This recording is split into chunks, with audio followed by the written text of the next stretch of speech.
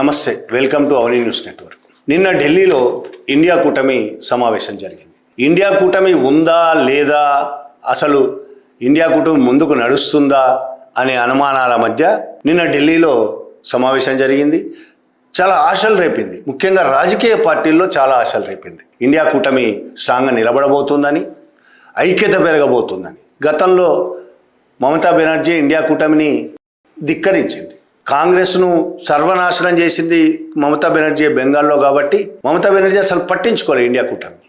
ఇప్పుడు కూడా నిన్న జరిగిన సమావేశంలో కూడా ఆమ్ ఆద్మీ పార్టీ అందులో పాల్గొలేదు, డిఎంకే పాల్గొలేదు. డిఎంకే అయితే ఇండియా కూటమి నుంచి దూరమైంది. దాని తమిళనాడులో డిఎంకేతో పాటు ఉన్న అలయన్స్లో ఉన్న కాంగ్రెస్ పార్టీ డిఎంకేకు చెప్పకుండానే టీవీ చేయడం వల్ల తాము అందులోంచి వెళ్ళిపోతున్నట్టు ప్రకటించారు. నిజానికి అదే కారణం కాకపోవచ్చు కూడా, ఎందుకంటే డిఎంకేతో పాటు ఉన్న అలయన్స్లో ఉన్న మిగతా పార్టీలు కూడా విజయ్కి సపోర్ట్ చేసే వాళ్ళ విషయంలో మాట్లాడట్లేదు డిఎంకే, కానీ కాంగ్రెస్ విషయంలో మాట్లాడుతుంది. అంటే బీజేపీకి శత్రువుగా ఉండొద్దు అని డిఎంకే స్టాలిన్ అనుకుంటున్నట్టు అర్థమవుతుంది. ఎందుకంటే మళ్ళీ డిఎంకేను కూడా దెబ్బకొట్టడం కోసం ఈడీ దాడులు, సిబిఐ దాడులు మొదలు పెడుతుందేమో బీజేపీ అని భయపడి ఉండొచ్చు బహుశా. కాబట్టి అది దూరంగా ఉంటున్నది. ఎందుకంటే అది బీజేపీ వ్యతిరేకంగా పోరాటంలో ముందు నుంచి ఉన్నదేం కాదు. డిఎంకే కూడా బీజేపీతో గతంలో అలయన్స్లో ఉన్నదే, పొత్తు పెట్టుకొని ఎలక్షన్స్లో పార్టిసిపేట్ చేసింది. అక్కడ అన్నాడీఎంకే, డిఎంకే రెండు కూడా బీజేపీతో, కాంగ్రెస్తో, రెండింటితో, ఇది కాంగ్రెస్తో ఉన్నప్పుడు అది బీజేపీతో, అది కాంగ్రెస్తో ఉన్నప్పుడు ఇది బీజేపీతో కలిసి పనిచేసిన చరిత్ర ఉన్నది తమిళనాడులో. కాబట్టి వాళ్ళు ఇవాళ తమ పార్టీ నాశనం కాకుండా ఉండడం కోసం, బహుశా బీజేపీ చేతిలో దెబ్బతినకుండా ఉండడం కోసం, అంటే ఎలక్షన్లో దెబ్బతినడం కాదు, ఈడీ ద్వారా, సిబిఐ ద్వారా, రకరకాల పద్ధతుల ద్వారా తినకుండా ఉండడం కోసం కాంగ్రెస్కు దూరంగా ఉండుంటారు. ఇక ఆమ్ ఆద్మీ పార్టీ చాలా కాలంగా ఇండియా కూటమికి దూరంగానే ఉంటుంది. ఎందుకంటే ఆమ్ ఆద్మీ పార్టీ ఢిల్లీలో కాంగ్రెస్తో పోరాడింది, తర్వాత బీజేపీతో పోరాడి బీజేపీ చేతిలో ఓడిపోయింది. పంజాబ్లో ఇప్పుడు అధికారంలో ఉంది ఆమ్ ఆద్మీ పార్టీ. దానికి ప్రధాన శత్రువు అక్కడ కాంగ్రెస్సే. కాంగ్రెస్తోనే దాని ఫైట్ అంతా.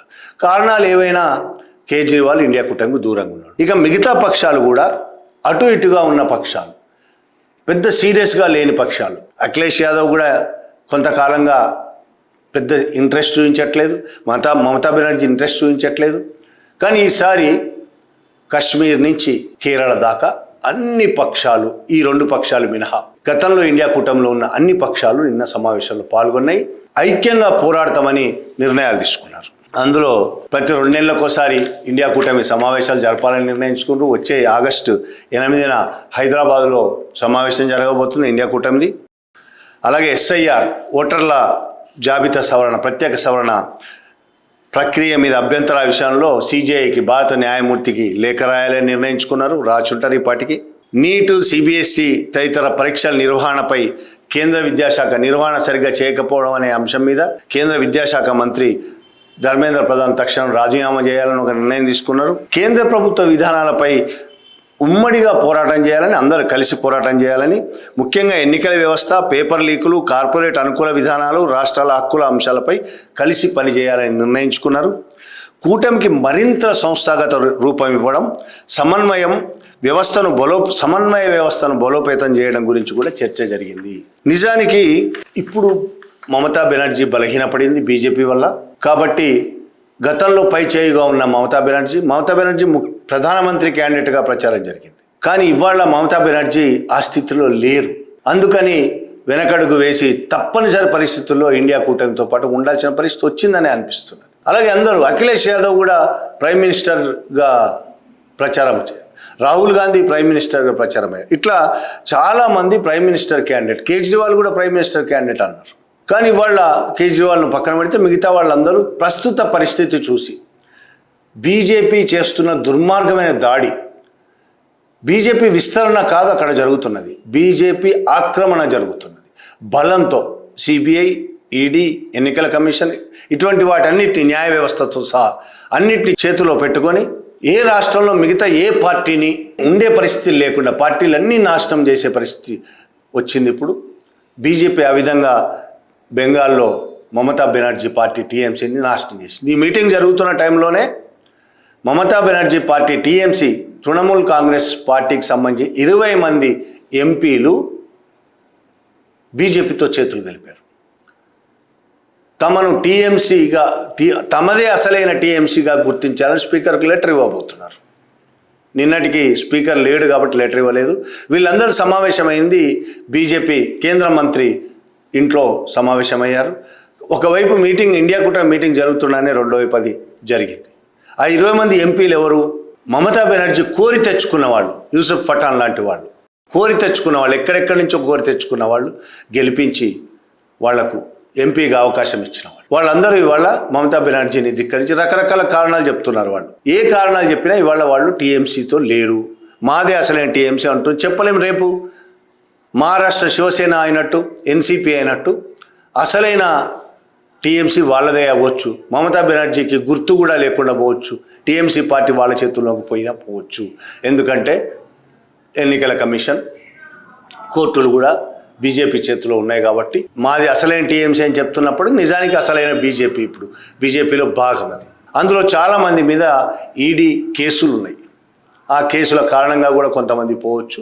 కారణాలు ఏవైనా, ఒకవైపు ఇండియా కూటమి సమావేశం జరుగుతుండగానే ఇది జరిగింది. ఈ విధంగా బలహీనపడిన మమత కానీ మిగతా అఖిలేష్ యాదవ్ భయంతో ఉన్నాడు, తన మీద కూడా ఏమైనా జరగవచ్చు అని. అందరూ దాదాపు బలహీనపడి ఉన్న వాళ్ళు ఒక దగ్గరికి వచ్చారు. ప్రధానంగా నిన్న ఆశ్చర్యంగా శివసేన ఉద్ధవ్ ఠాక్రే కూడా రాహుల్ గాంధీ ప్రధాని కావాలి అని మీటింగ్ తర్వాత మాట్లాడాడు. రాహుల్ గాంధీనే ప్రధాని కావాలి.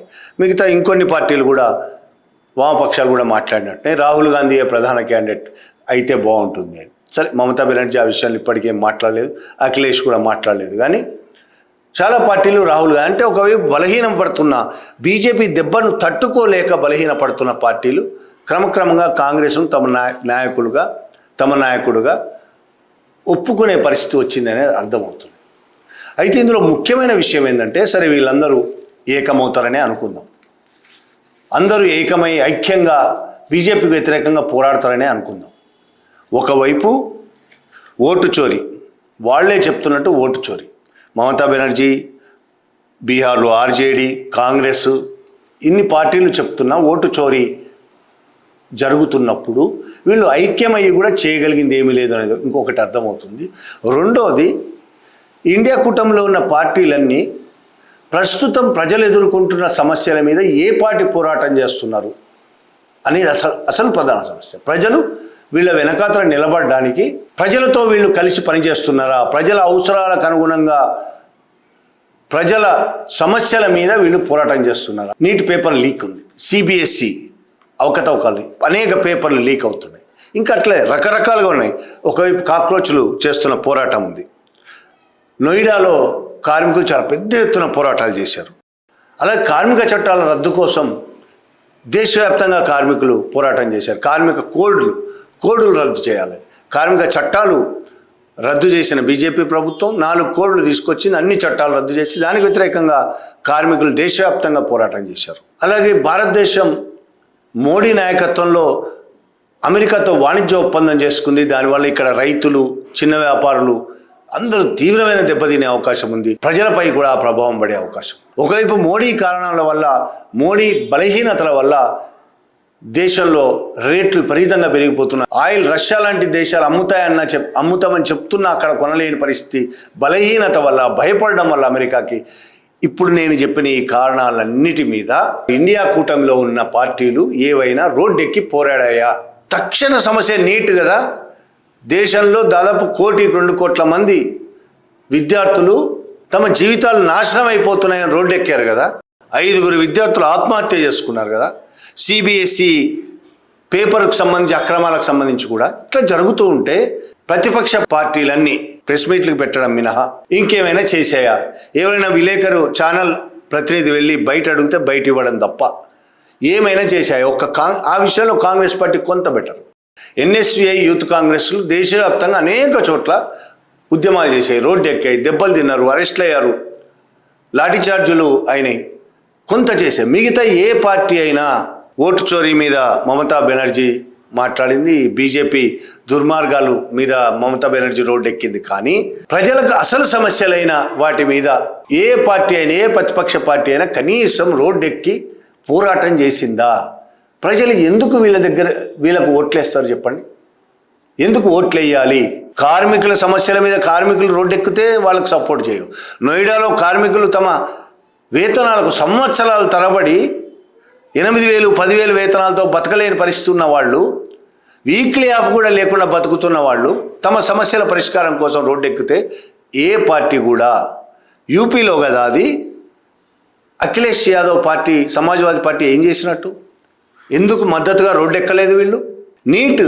నీటికి వ్యతిరేకంగా దేశవ్యాప్తంగా యువకులు రోడ్డు మీదకి వస్తుంటే, కాక్రోచ్ జనతా పార్టీ అని జంజీలు మొత్తం రోడ్డు మీదకి వస్తుంటే, ఆ నీటికి వ్యతిరేకంగా ఎందుకు పోరాటం చేయలేదు? మమతా బెనర్జీ కావచ్చు, అఖిలేష్ యాదవ్ కావచ్చు, ఆర్జేడీ తేజస్వి యాదవ్ కావచ్చు, ఇక మిగతా అన్ని పార్టీలు ఏం చేస్తున్నాయి ఇవి అంటే ప్రజల సమస్యలు వీళ్ళకు పట్టవా? ముంబైలో ఎన్ని సమస్యలు ఉన్నాయి? నీట్ ఎగ్జామ్కి సంబంధించి ముంబైలో అనేక మంది రోడ్లు ఎక్కారు. శివసేన ఏం చేసినట్టు? ఎన్సీపీ ఏం చేసింది? వాళ్ళు ఎవరి కోసం పోరాడుతున్నారు? తమ రాజకీయ భవిష్యత్తు కోసం తప్ప. ఈ ఇండియా కూటమిలోని ఉన్న మిగతా పార్టీలన్నీ తమ రాజకీయ భవిష్యత్తు కోసం బీజేపీకి వ్యతిరేకంగా మాట్లాడడం, ప్రెస్ మీట్లు పెట్టడం తప్ప ప్రజల అసలైన సమస్యల మీద గొంతెత్తిన దాఖలాలు ఎక్కడైనా ఉన్నాయా? రైతులు సంవత్సరం పాటు పోరాడుతూ ఢిల్లీలో కూర్చుంటే ఏదో 4 స్టేట్మెంట్లు ఇవ్వడం తప్ప వాళ్ళకు మద్దతుగా రోడ్డెక్కిన దాఖలాలు ఉన్నాయా ఎక్కడైనా? వాళ్ళకు మద్దతుగా ఊరేగింపులు తీసిన దాఖలాలు ఉన్నాయా? ప్రజలు మిలిటెంట్గా పోరాడుతున్నారు, రైతులు మిలిటెంట్గా పోరాడారు, నోయిడా కార్మికులు మిలిటెంట్గా పోరాడారు, ప్రాణాలు తెగించి వాళ్ళు పోరాడుతున్నారు తమ సమస్యల పరిష్కారం కోసం. ఈ రాజకీయ పార్టీలన్నీ వీళ్ళు బీజేపీని గద్దె దించుతాయని అనుకోగలము మనం? బీజేపీ ఈ దేశంలో దారుణమైన దుర్మార్గాలు చేస్తుంది, ఈ దేశాన్ని సర్వనాశనం చేస్తోంది. ఈ దేశం 16వ 15వ శతాబ్దంలోకి తీసుకెళ్తోంది. దేశాన్ని ఆర్థిక వ్యవస్థను భ్రష్టు పట్టించింది, తినడానికి తిండికి కూడా గతి లేని పరిస్థితి తీసుకొస్తోంది, పేదరికం మరింత పెరుగుతోంది, నిరుద్యోగం మరింతగా పెరుగుతున్నది, ప్రతి సమస్య, ఆదివాసులు బతకలేని పరిస్థితి వస్తున్నది. ముస్లింల మీదైతే దారుణమైన దాడులు జరుగుతున్నాయి, హత్యలు జరుగుతున్నాయి. ముస్లిం పేరు పెట్టుకోవడానికే, పేరు బయటకు చెప్పడానికే భయపడే పరిస్థితులు వస్తున్నాయి. గడ్డం పెంచుదామంటే భయపడే పరిస్థితులు వస్తున్నాయి. ఖాన్ సార్ పరిస్థితి వినుంటారు. బీహార్లో ఖాన్ సార్ అని చాలా ఫేమస్, అందరికీ చాలా తక్కువ పైసలతో ఒక్కోసారి ఫ్రీగా కోచింగ్ ఇస్తుంటారు. దేశంలో చాలామందికి, అనేక రాష్ట్రాల వాళ్ళు యూట్యూబుల్లో ఆయన పాఠాలు విని నేర్చుకొని ఎగ్జామ్స్ రాసి పాస్ అయిన వాళ్ళు ఉన్నారు. ఫ్రీగా హాస్పిటల్ కట్టాడు, ఫ్రీగా. యువకుడు కొన్ని ఏళ్లుగా ఆయన చేస్తున్న సేవలను పక్కన పెట్టి ఇప్పుడు ఆయన ఫైజల్ ఖాన్ అనే ఆయన పేరు ఫైజల్ ఖాన్ సార్ కాదు అని మొదలుపెట్టి ఆయన ముస్లిం అని దాడి చేయడం మొదలుపెట్టారు. ఆయనను ఒక కేసులో ఇరికించేశారు. ఆయన మీదే దాడి జరిగింది, ఆయన్నే కేసులో ఇరికించేది. ఇట్లా ఉంటుంది. ముస్లింలని పుట్టడమే ఇక్కడ చాలా నేరమైపోయిన పరిస్థితి. దళితులుగా పుట్టడమే ఈ దేశంలో నేరమైపోయిన పరిస్థితి. ఆదివాసులుగా పుట్టడం, స్త్రీలుగా పుట్టడం నేరమైపోయింది ఈ దేశంలో. 2014 తర్వాత మరింత దారుణం అయిపోయింది ఆ నేరం. క్రూరమైన చట్టాల కింద వాళ్ళు అనుకుంటున్న ఈ నేరస్తులందరినీ జైల్లో దోషేస్తున్నారు. ఎవ్వరు మాట్లాడకుండా చేస్తున్నది. దేశమంతా ఇంత అల్లకల్లోలంగా ఉంటే వాళ్ళందరినీ కూడగట్టి వాళ్ళతో పాటు రోడ్డు ఎక్కాల్సిన ప్రతిపక్షాలు, వాళ్ళతో పాటు పోరాడాల్సిన ప్రతిపక్షాలు ఏ ఒక్క సమస్య మీద అయినా రోడ్డు ఎక్కాయా? ఆ విషయంలో ఎంతో కొంత better Congress, NSA, youth Congress రోడ్లు ఎక్కుతున్నాయి. కనీసం 1-2 సమస్యల మీద అయినా.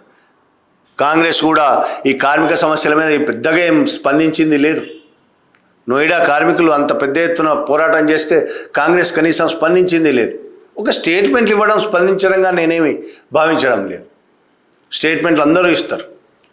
వాళ్ళకు మద్దతుగా వాళ్ళ ఇళ్ళకు పోయారా? వాళ్ళతో పాటు రోడ్లకు భుజంతో భుజం కలిపి నిలబడ్డారా? ఏ పార్టీ అయినా. ఇప్పుడు వీళ్ళు చేసేది ఏంది?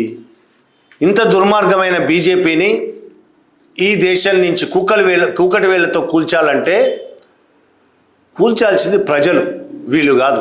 బీజేపీ తనంతల తాను నాశనమై ప్రజల వ్యతిరేకత వల్ల బీజేపీని ఓడించి మమ్మల్ని గెలిపిస్తారని ఆశ వీళ్ళందరిది. కాంగ్రెస్ కూడా అదే ఆశ. కాంగ్రెస్లోని 99% నాయకులకు రోడ్డెక్కి పోరాడి ప్రజల కోసం పోరాడాలని కోరిక ఎంత మాత్రం ఉండదు, లేదు, ఎన్నడూ లేదు. వాళ్ళ అధికారం మరిగిన వాళ్ళు 70 ఏళ్ళుగా. వీళ్ళందరికీ ప్రతిపక్ష పార్టీలకు కానీ కాంగ్రెస్కి కానీ ఎలా ఉంటుందంటే, ఓ 10 ఏళ్ళు 15 ఏళ్ళు ఒక బీజేపీ పాలిస్తే వ్యతిరేకత వస్తుంది కదా. వ్యతిరేకత వల్ల బీజేపీని ఓడిస్తారు, మమ్మల్ని గెలిపిస్తారనే ఆశ తప్ప అంతకు మించి ప్రజల కోసం ఏదో చెయ్యాలని కోరిక ఈశాన్ మాత్రం కూడా వీళ్ళకు లేదు. వీళ్ళు నిజంగానే ప్రజల కోసం నిలబడకుండా, ప్రజల కోసం పోరాడకుండా ఎన్నికల్లో గెలవాలనుకోవడం పిచ్చితనం, మూర్ఖత్వం. ఎప్పటికీ సాధ్యం కాదు వీళ్ళకి. కాబట్టి ఇండియా కూటమి ఇప్పుడు ఏదో అందరూ కూర్చొని అందరు నిజంగా ఐక్యంగా ఉండి కాంగ్రెస్ రాహుల్ గాంధీనే ప్రధానమంత్రి క్యాండిడేట్ అని ప్రకటించినా అన్ని పార్టీలు ఐక్యమయ్యామని వాళ్ళు అనుకున్నంత మాత్రాన ప్రజలందరూ వచ్చి వాళ్ళకే ఓట్లు వేయరు. ప్రజల కోసం వాళ్ళు ఏం చేస్తున్నారు అనేది చూస్తారు. ప్రజలందరికీ బీజేపీ మీద చాలా వ్యతిరేకత ఉన్నది. కానీ ఆ వ్యతిరేకతను క్యాష్ చేసుకునే పార్టీ ఒక్కటైనా ఉన్నదా? ఆ ప్రజలను కదిలించి ప్రజల్లో ఉన్న ఆకాంక్షలకు అనుగుణంగా నడిపించే పార్టీ ఒక్కటైనా భారతదేశంలో ఉందా? ఇండియా కూటమితో సహా ఏ పార్టీ అయినా బీజేపీని ఈ దేశం నుంచి తరిమి వేయగలదా? కూకటి వేళ్లతో పెకిలించి వేయగలదా?